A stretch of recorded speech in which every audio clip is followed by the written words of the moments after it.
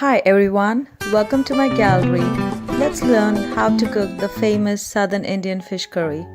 I've taken about a kilo of pomfret fish or pompano.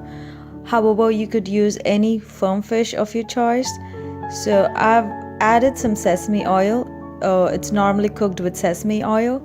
And into this I've added about a teaspoon of cumin seeds, some slit green chilies, and some crushed onions. Just crush the onions in a blender with a pulser too. So this gives a nice consistency to the curry.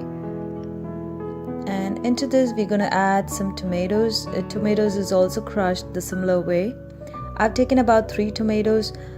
Just wait until the onions are completely done.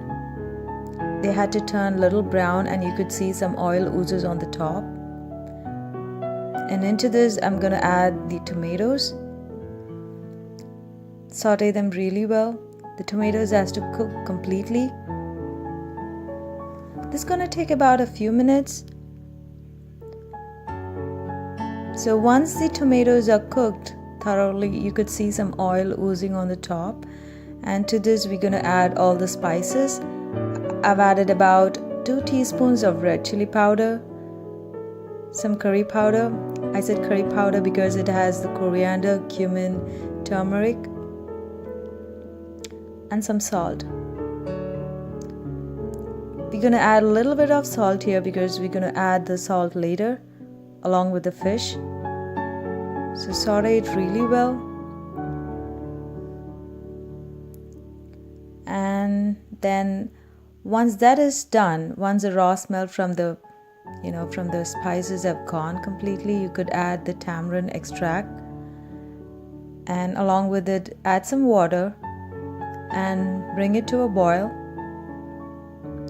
This curry is normally not too thin or too thick, so just a medium consistency. And into this we're going to add the sliced fish. Make sure you don't throw away the head because the fish head gives nice taste to the curry.